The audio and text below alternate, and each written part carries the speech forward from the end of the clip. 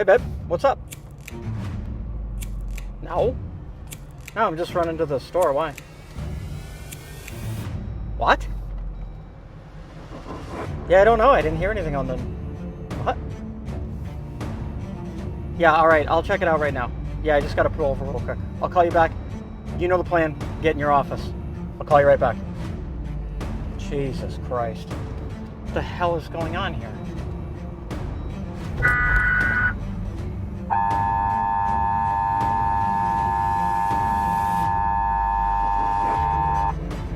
This is not a test. This is an emergency alert from the United States government. At 3 p.m. Eastern Standard Time, reports have confirmed the outbreak of armed conflict within the continental United States. A state of civil war has been declared, involving multiple factions across various regions. The President has declared a state of national emergency and has mobilized the National Guard and other federal forces to restore order. Citizens in affected areas are advised to shelter in place. In all major urban centers, violators will be detained. Ensure you have adequate supplies of food, water, and medical necessities to last at least 72 hours.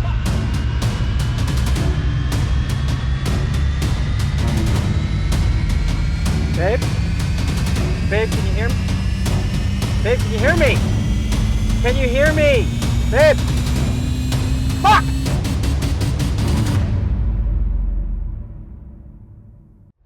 Ladies and gentlemen, boys and girls, Will here for the Outdoorsman YouTube channel. The s.h.t. And God, I hate that acronym. The shit has hit the fan. In that scenario you just saw, I was on the phone with my wife. Now, my wife, in a shit hit the fan scenario, she actually works at a grocery store. She's a manager. And with a civil unrest or anything like that, in my opinion, the grocery store is going to be the most dangerous place to be. A lot of you lunatics watching this show proved that when the China virus came around. So the question is, what do I do now? I'm out and about. I'm headed to the store to buy dip or booze or supplies for work. What the hell do I do now? My wife's at work. And this is the reality of what's going to happen. If some type of situation pops up, you are not going to be home. Your wife might not be home. Your kids probably will be at school or somewhere else. So what the hell is it you're going to do? Well, I'm going to show you. All right, ladies and gentlemen, so first thing is first, I know how far away my wife's work is from pretty much any given location that I'm at. And my number one mission right now is to get to my wife. So the first thing I'm going to do, contrary to all reaction, is I'm going to stop. I'm going to pull over and I'm going to gather my thoughts. Now, my truck is fully rigged up for comms, and I am linked into all of the local police departments, both in our regional area and in my wife's regional area. So I will be able to monitor their communications. Now that I've stopped, I'm going to link up with the rest of my squad. And the only way I can do that is to open up my phone. Now this is not my phone, I'm filming on my iPhone, but I'm going to open up my phone and I'm going to activate my iTac. Hopefully the server stays up, but if not, we have other plans in place for that and we'll get into that into another video. Now in my truck, I always carry what you people call a GoBag, which is another term that I can't stand. This is what I call a mission bag. And this mission bag has one purpose: get me to my wife or get me home. And I can guarantee all you folks in there that what's in this bag, you do not have in your GoBag. Now, the first thing that I have to do is what we professionals call jocking up. I have to be prepared to be able to get to my wife, and we have to open this bag. So let's open the bag, see what's inside. Now, maybe those of you who are new to the channel, you don't know this, but longtime viewers know I don't go anywhere without a firearm. This is my first piece of gear. We're gonna get into this bag here. You can see already that the contents of this bag are not what is in yours. So the first thing that I have in here, I have this chest rig from Hill People Gear. It's not my favorite chest rig, and that is why I keep it in this bag, because inside the pouch, there's really no pockets or anything. So I just use this as my emergency, gotta get home, gotta get to my wife chest rig. The second thing that I have in here is a magazine pouch. I have 2 spare magazines for my Glock 19. I have one in my Glock 19, and I have 1 separate magazine stored in this bag. I have in this bag a holster. This is a Safariland holster. I have a ton of them, so I always keep a spare holster for my Glock 19 in my bag. I have some comms ready ear pro because let me tell you something, gunfights are loud, comms are important. I have a pair of gloves. Do I need them? No, but I'm a glove guy. I like having gloves when I go places. I have my radio programmed, set, and ready to go on our squad channel. And that is important because I need to be able to link up comms with the other members of my squad. I also have in here a older style Garmin GPS. And the reason that I have this is, well, one, it was just laying around. Two, it has all the waypoints I need in it. It can speak with my watch and the apps on my phone. So now we have to jock up, and that's all this gear that I showed out in front of you. So first things first, I have to put my holster on. All right, so I have my gear on. First thing I'm gonna do, quick systems check on my firearm. Flashlight works, red dot is activated, there's a round in the chamber, and we are good to go. We are now kitted up. All right, number two, I'm gonna get my chest rig on. I have my chest rig on. I do not have any AR style platforms on me, but I like to have extra rounds on me as a just in case. So we have an undisclosed amount of rounds in these magazines because I live in the Communist Republic of Massachusetts. On the side over here, I have another magazine pouch, but I don't use it for a magazine. I actually use it to put my radio in. So I tuck that in there, we turn her on and start routing our cables. All right, I have my cables routed. Next thing I'm gonna do, I'm gonna get my ear pro on. And now we are comms ready, and I can link up with my boys on our tactical channel. Now, once I've got all this gear on, I'm gonna take my original holster, and that's gonna go back into this bag. We're gonna zip her up.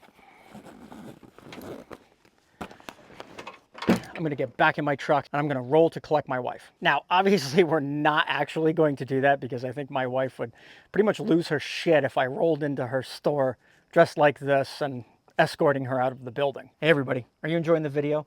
I think you are because you're still watching, right? So do me a favor, hit that subscribe button, like, make sure you guys comment down below what you carry in your bag. All right, let me show you what else I have in this bag that is gonna guarantee my mission success to bring my wife home. In this top pouch, I always have a set of binoculars. And these binoculars are great because they have loops on them, so I can actually attach them to my chest rig should I have to. I always, in every bag I own, have a spare set of sunglasses, always polarized. In my very top pouch here, I have eye pro. And that's the one thing that I kind of didn't show you when I jocked up, is that getting stuff in your eye while you're being attacked or trying to fend off people, boy, does that suck. So get yourself a good set of eye pro and put them on right under your ear pro so you don't get shit in your eye and, well, then get shot in the face. Also in this top pouch, something I carry everywhere I go, one smoke grenade, because blinding your enemy is a pretty good thing. If they can't see, they can't kill you. Now moving on into the main pouch, I always have some type of cheapo, crapo flashlight. I have super expensive ones, but I always like to have a flashlight on the outside ready to go if I do need it. As we open the bag up, now in this pouch right here, I always keep some spare batteries, both AA and AAA, because I can use these for my ear pro, some other devices, nods, my Garmin, all that stuff. Good to have spare batteries. And on this side, I have a very basic boo-boo kit. Just some bandages, aspirin, Tylenol, quick clot, and a couple of ace wraps. Just very basic kit.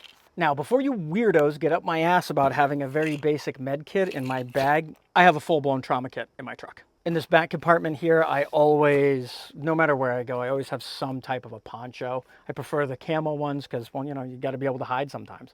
A brush saw. This saw has been around longer than I've been alive, so I love it. And then I have one really shitty sheath knife. I made this forever ago, and I don't really care for the sheath too much. I mean, it falls straight out, but it is razor sharp, and it is good to have some type of a sheath knife. Ladies and gentlemen, I have to tell you right now that in a real world situation, a shit hit the fan, civil unrest, civil war, and we're going off of the civil war, civil unrest scenario for these videos. It doesn't matter the planning you have, all the cans of food you have.